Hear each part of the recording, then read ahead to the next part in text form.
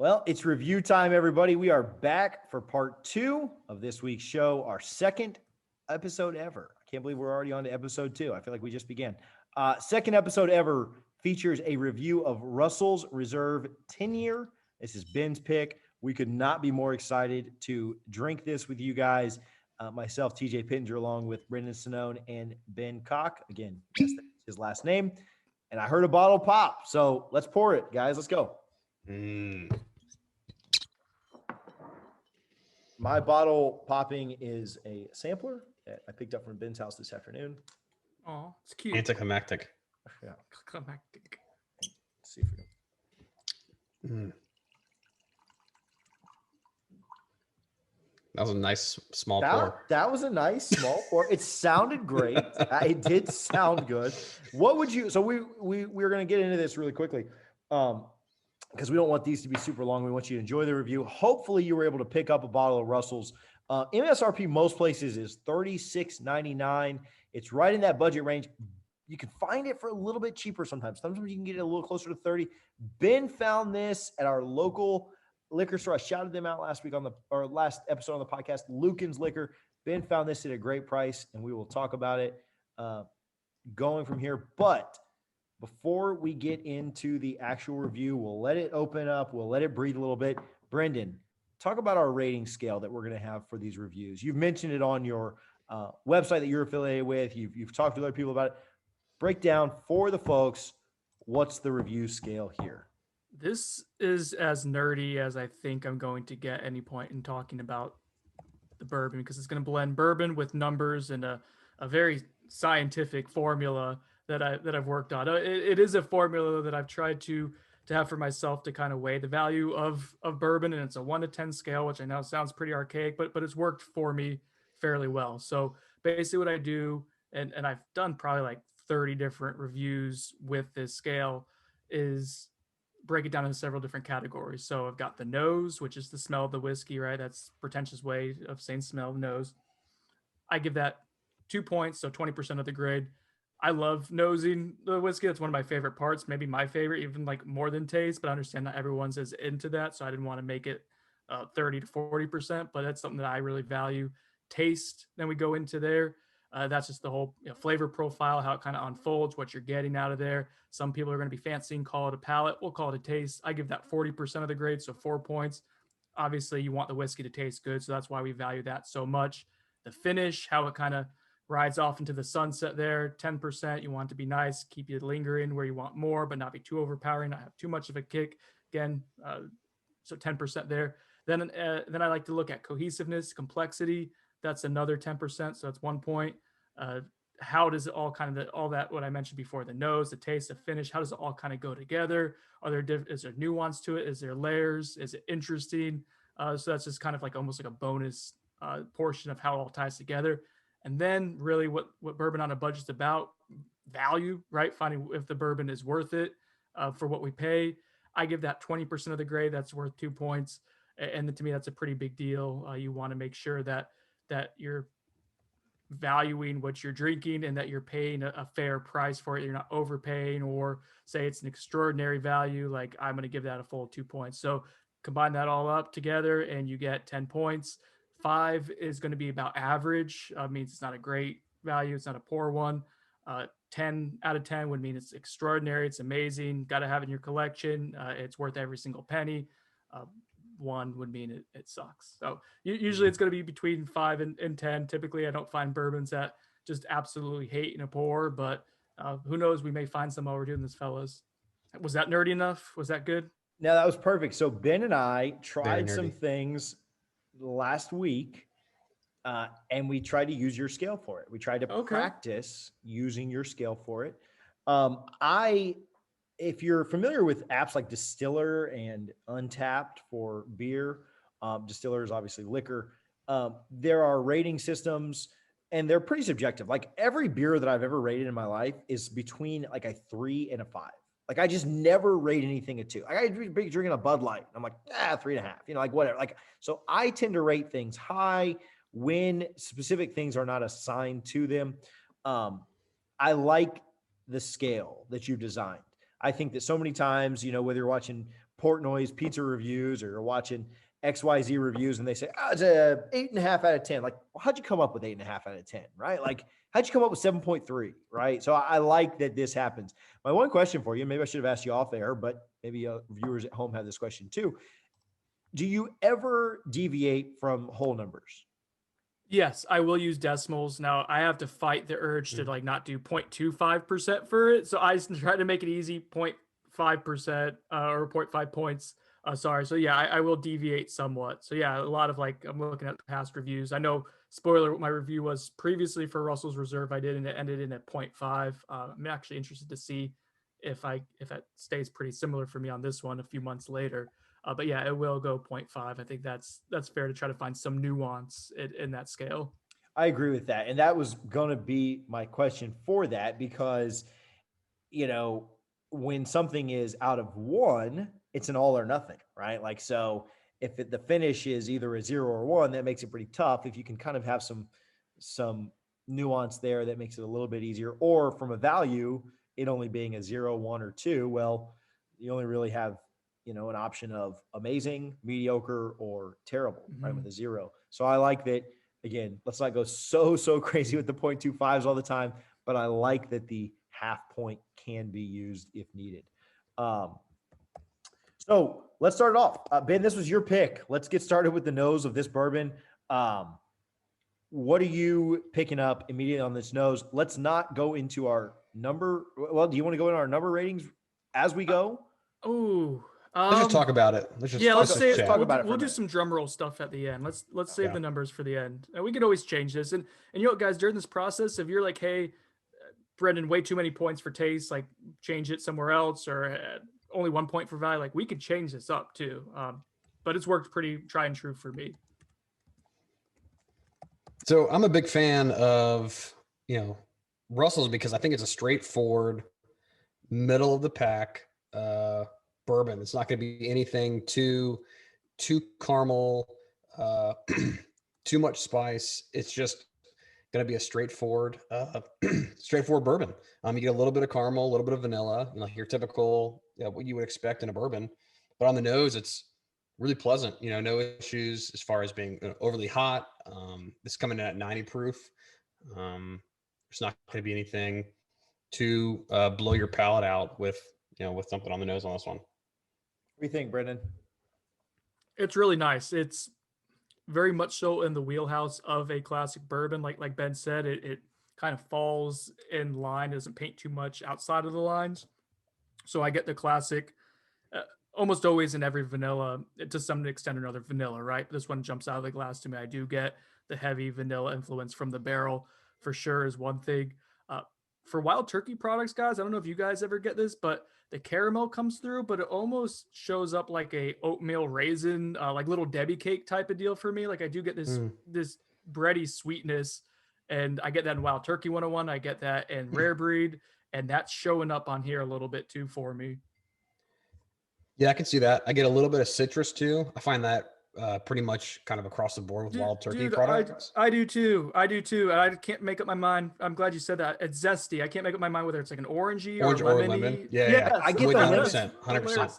I get the lemon more. I do get a little bit, not in a super unpleasant way, but I definitely get the alcohol in it. Like it's got a little bit of a bite to the nose. Again, not super negative. That's not a complaint. I like that it smells like it, but I definitely get and maybe some of that's the zest of the lemon that's coming through to me. Yeah. That kind of like gets that going. So, all right. So there's the nose. You guys want to take a sip? You guys want to drink this? You guys haven't been drinking all night. Been drinking this forever. That's ready to go. Been waiting for this my whole life. Yeah. Ready to transition off your coffee?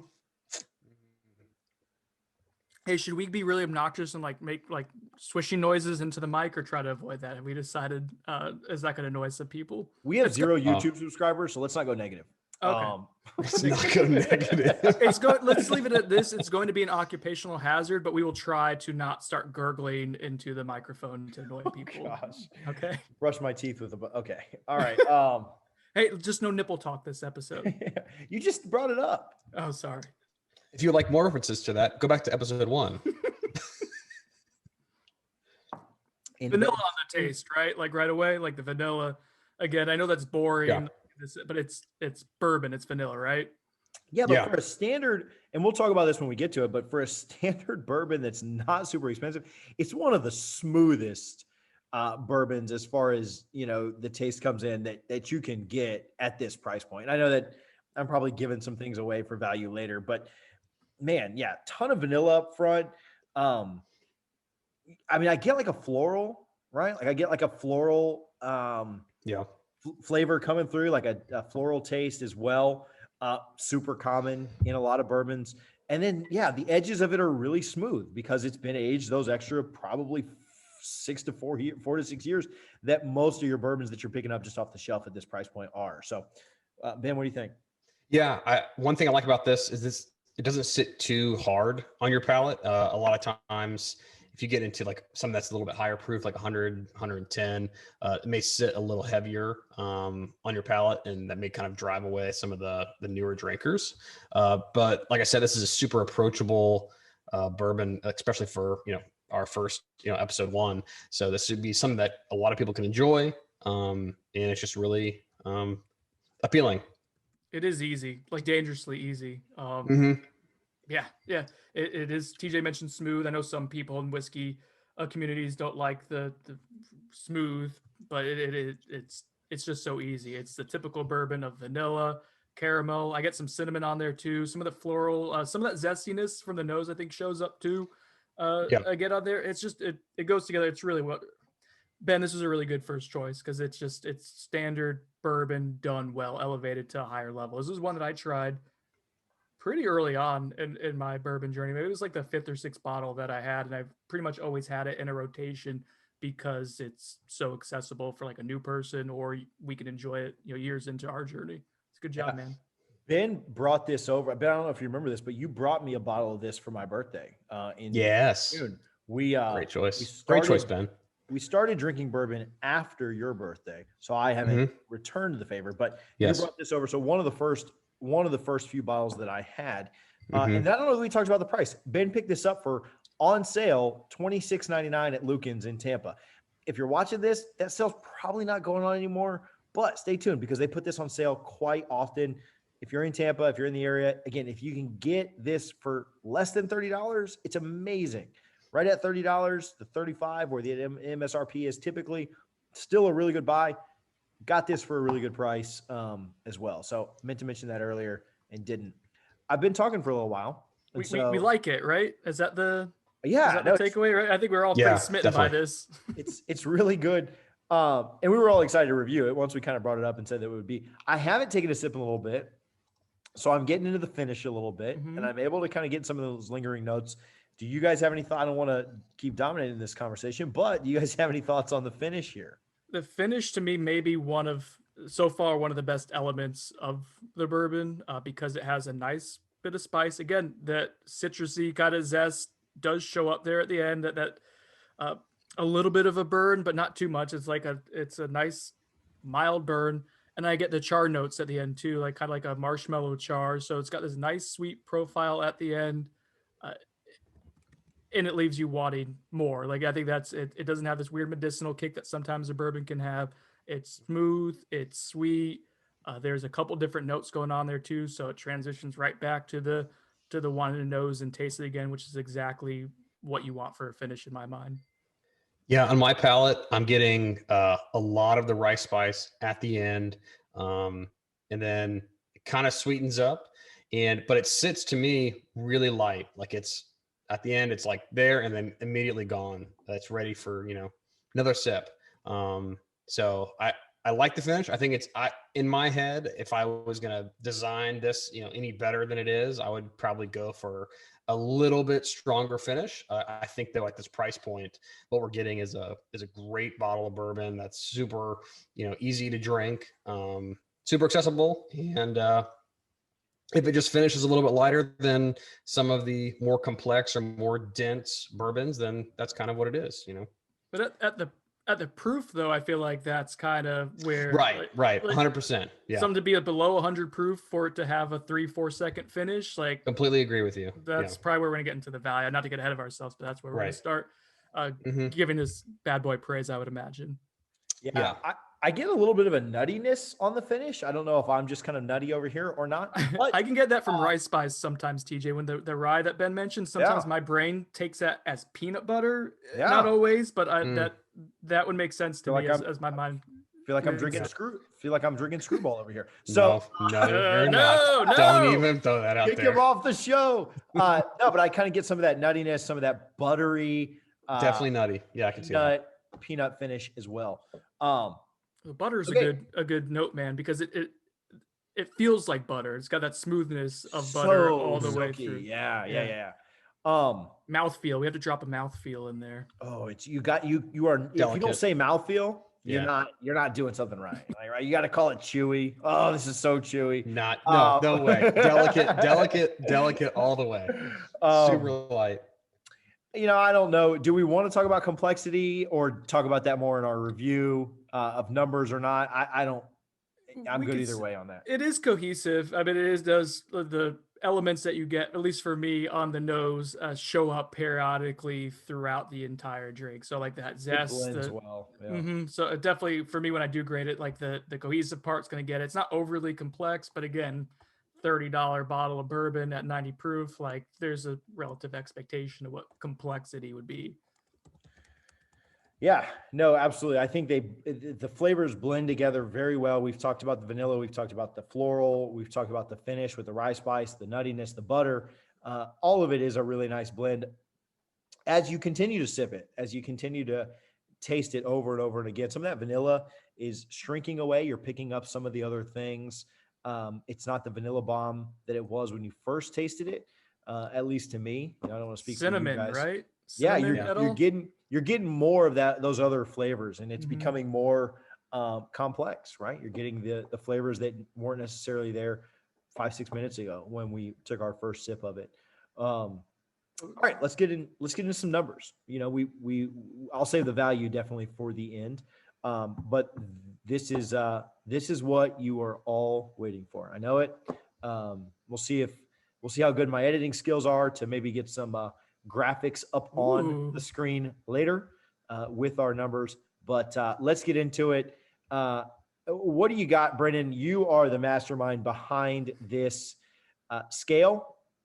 Probably the greatest thing you've ever done in your life. Thank you. Coming up with this. What do you got for the nose here? I feel like I round down and I'm a little harsh on this one. I went back and forth, but I'm going with a 1 out of 2 because it's an average to above average nose in the world of bourbon, probably skewing to above average. I just couldn't go to quite 1.5. Don't worry, I'll make up for it somewhere else along there too. But it's certainly an enjoyable nose. It's one that I'll keep going back to, but it's not this one where I'm just going to keep sniffing it and sniffing it and sniffing it before I drink it. It was good, not great. Ben? So to me, nose, I think I'm pretty similar. I'll give it a 1. It's not amazingly complex. It's not, combative. It's pleasant. Would I prefer something that's a little more complex? Yeah, sure. Am I going to see that at a $35 or at this price point, $26 bourbon? Probably not. Especially since it's 10-year. Still great though. But I'll give it a 1. Yeah, I think I'm right there with you guys. I want to go just a little bit lower, but I think 0.5 is too harsh. And we talked about not getting into the quarter points. So I would lean just under 1 because when I am rating this, I'm thinking about it up against a lot of other bourbons that I've had much better noses. And but I just think 0.5 is too harsh. There's nothing wrong with this nose. I just don't think it's incredibly complex. And it's not overwhelmingly great. So I think it's mediocre at best, not in a bad way. Mediocre, it's just average, right? Like I think we think mediocre is terrible, but it's not. So I'll go 1 as well. Taste, we'll go Ben first on this one. What do you 4 points, you get 4 points out of a taste here. What are you going with? I'm going with a strong 3. I think it's above average. Like I said, the taste is very similar to the nose. Very pleasant, straightforward, very approachable to, anyone who's looking to get into bourbon. Like I said, I'm the one that brought this here today. So I'm kind of bias towards it, but I'll give this a strong 3. I think it's a great tasting bourbon. Man, I don't want this to be too similar, but I went with the 3. Do not copy me. And Let's go. I went back and forth. Let's go. Superhero. I went back and forth between 2.5 and 3 because I penalized it a little bit, or rounded down, I guess I should say, on the nose. I had no problem rounding up here on the taste. To me, the taste is really good. There's a nice amount of nuance. Like TJ said, it unfolds as it airs out, and you get a lot of layers to it. So vanilla, caramel, cinnamon, different types of zesty notes. It's bourbon cranked up to another level. So I went with a 3, well above average. Yeah, I hate to do this as well. I thought that I wanted to go even as you guys were talking, I wanted to go 2.5 just to be different, but I just can't penalize this bourbon. There's nothing. Tastes great. There's nothing that I can say that's not fantastic. Now, is it the best tasting bourbon? No, but I think it's a solid 3. I'm right there with you guys. If Brendan hadn't specifically said, like, let's stay away from 0.25s, I'd probably give this a 2.75 just to be different. But I think I'm with you guys. I think I'm going 3 here. I mean, if we want to get into 0.25s, we may have to if we've got 3 guys giving the same thing. Yeah, I'm not against it. We can adjust. We can tinker. We'll avoid it for this week. But finish. What are we finishing here? Dude, I went with a 1. I went with a full-on 1 for it. Yeah. I thought it's the most pleasant part did I go too high? No, I'm going to stick to my convictions here. That's fine. I went with the 1. And simply because it's really pleasant and it doesn't write off too quickly at the proof. And I think that's kind of what I'm maybe judging on a scale in my mind a little bit. There's going to be other ones that are maybe a little bit, if we could have gone 0.5, it probably would have been 0.75 or 0.25. Very, very good finish to me. Everything that it starts with the zest, with the caramel notes, with the vanilla, it all shows up in the finish, but then gives you kind of some of that nutty spice at the end too. So I like the finish, but Ben, you're souring on that one a little bit, huh? We are departing. All right, that's departing paths on this. Difference is good. I feel guilty. I would say by far the best thing about this is taste. 100%. I would like a longer finish. I just think we're limited based on budget on this one. I feel like it's just not going to finish as long as some of your, more expensive bourbons. And I got to knock it for that. If we were doing quarter points, I'd probably give this a 0.25, right? But we're not. So it's a 0. Whoa. 0. Whoa. Taste. It's all taste with this one. It's all taste with this one. Not great finish. Not that it's bad. It's just, no, I would like more. That's all. 0. Yeah, I'm going to split you guys in the middle. I'm going to say it's a half point. So our first, variance ever. We all 3 think different things. I'm kind of right in the middle of both of you. I don't think the finish is the greatest thing ever, but I think there's a good finish. We talked about that butter flavor that came with it. I don't think it's a nothing like Ben does. What I like more, yes. 1 or 0. But I'm going in the middle. I'm going 0.5 here. We said no quarter points. Half points are acceptable. Would have been a great time for a 0.75 for me. Damn it. Oh, man. Damn it. I've felt the same way about the nose. So, all right. Complexity. I'll keep rolling here. I'd give this a full 1 for complexity. We've talked about several different flavors. We talked about the smoothness, the roundness. We talked about the floral notes, the butter, the mouthfeel, the vanilla. It changes over time. I'm going the full 1 for complexity. It's not the most complex thing I've ever had in my life, but based on what it is a complex bourbon, and I give it a full 1 for that. Ben? Half. Yeah, I would, if it was going to get a little more dense, then it would earn the 1. But right now, like I said, it's a straightforward, a great bourbon. Don't get me wrong. It is great, but is it the most complex? I don't think so. So half point. Brandon? I'm the same as Ben here. I'm at half a point. It's certainly like in the cohesive category, like it follows through with that. Like it is, the nose pretty much tells you what you're going to get. There's a nice little element of surprise at the end with the finish, like the buttery note, and again some of the rye spice, the nuttiness that shows up at the end. That's again why I did like the finish to it. But in general, it still paints within a pretty narrow spectrum. It doesn't fall too outside of the line of anything crazy. It hits all the classic bourbon notes that you would hope for and expect in a bourbon, but it wasn't anything like revelatory or something really super unique. So because of that, I couldn't give it a full one. So, a little bit of difference there. I got the one, Ben and Brennan, with half points. Total before value. So we talked about this.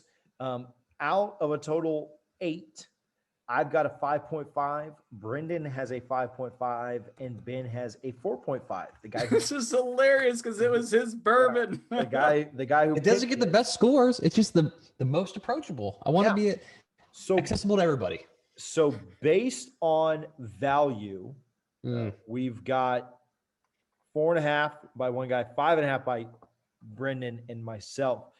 Ben, you scored this the lowest. What is the value here, right? You gave it a 4.5 out of 8, just over average to you. What's the value here? 2 value is off the charts, and you say it's out of 2, but I'm giving this a 2.5. At $26, you give me a better bourbon that's been aged 10 years. 10 years. You're not going to find one. Not going to find one. If you buy this at MSRP at $35, solid 2. There's not going to be anything wrong. But you buy this on sale, $26. That's an extra half point. 2.5 out of 2. Russell's Reserve, 10 year. Come on. I don't know who appointed me the judge and the jury on this. Maybe it was myself because I just started talking after Ben did. It's accepted. I am going to allow him to get away with the extra half point because he bought this $10 lower than a standard MSRP. And so I think he has that wiggle room. If he'd have bought this at 36, I wouldn't let him just assign an arbitrary half an extra point to anything else. He literally bought this at 30% lower than anyone else will typically find the bottle for. I accept your 2.5 there. Brendan. So Ben's final score is a 7 out of 10. Really good score, 70%. Solid. Really good. Not good if you're taking the FCAT. Do kids even take that anymore? Not good if you're taking a test in school, but good for our purposes here today. C's Brendan, get degrees. out of 10 or out of 2. So we're about to get to out of 10. I went back and forth between 1.5 and 2. This is a part of my scale. Like I feel like there should be a certain algorithm once you get to the value and you get out of the subjective part. It should be objective. I haven't figured that out yet. If someone's good with math, help us out. But I think it's an above average bourbon at an average price. So I'm going to go 1.5 points with it here in terms of value. It's a really good value. It's not elite value, but it's pretty damn close to it. If we were doing the 2.5 or 0.25, I would probably go with 1.75. Since we're not making it clear, 1.5. Brendan, what did you purchase this bottle for again? Not $26. Oh, well then, Okay. There you go. There you go. I was wondering who would become the heel, like who would be the antagonist, and I think we figured it out of the 3. It developed very quickly in 2 episodes. Cheers to you, sir. One night of drinking, 2 episodes of drinking. Yeah, I don't know. I don't know where. I'm very perplexed. I'm very. I don't know if I want to go 1 or 2 on this. When you consider the price and the age statement. And the proof and everything else we've talked about, I was big on taste and I was big on the finish. I think it's a complex bottle. I'm going to go ahead and give this a solid 2, bringing me to a 7.5. So I rated it just slightly higher than you guys who were both at a 7. I think we're all pretty close on what we think about this bottle. It is a very above average bottle. And I think anywhere between a 7 and a 7.5 is fair. There were some quarter points in there that some of us could have taken and given from where we ended up. And we probably all would have ended up at around the same place. I think for value, I probably would have gone 1.75. I think for taste, I probably would have gone 2.75. So anyway, I think we all kind of ended up where we would be. But again, Ben came up with a 7, Brendan a 7, myself a 7.5.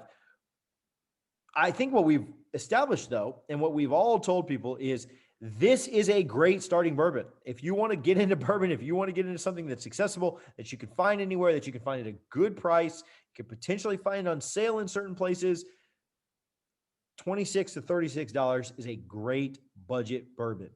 Is it the best bourbon of all time? Absolutely not. Is it great for the value? My answer to that would be yes. Do you guys have any closing thoughts before we get out of here? I'll let Ben take it since it's his baby. His second Yes, baby. this is a great bottle of bourbon. Definitely worth the pickup. It's in my collection. It's an easy daily drinker at that price point. We talked about shopping local stores and looking at local sales. If you are going to be, driving around looking at some liquor stores, you're not going to find Buffalo Trace on sale. You're not going to find Eagle Rare on sale. Wait this one out. Grab you a bottle. It's going to be great.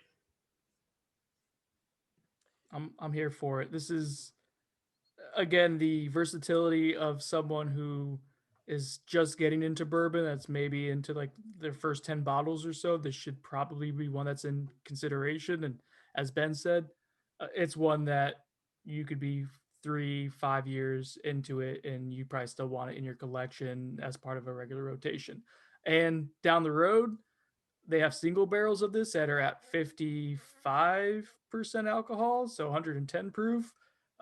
Puts a little hair on your chest, and that's something that we could look at down the road. But if you like this one, it kind of opens up the a whole world of other wild turkey products for you guys. So this is a very good value bourbon. I would definitely agree. If you like the flavor profile of Russell's, you may enjoy other products of the Wild Turkey brand. It is the third lowest proof bourbon third lowest proof whiskey that they market. Everything else is pretty much at least 101 proof or above. So if you like that flavor profile, want a little bit stronger finish, like I do, then this is going to direct you in the right path of getting more into Wild Turkey. Yeah, so that is week 1. That's our bourbon show. That's Bourbon on a Budget. And I don't even think I mentioned at the beginning of the show. That is Bourbon on a Budget. That's our review this week. Russell's 10 year. We'll smooth out we'll iron out the kinks for next week's show. I'm excited for next week's show. I don't know what we're reviewing just yet, but come back and join us. We certainly had a good time with you gentlemen tonight. Well, Brendan and Ben both. But appreciate hanging out with you guys and look forward to next week. You guys have a good one. Cheers. Cheers. Cheers.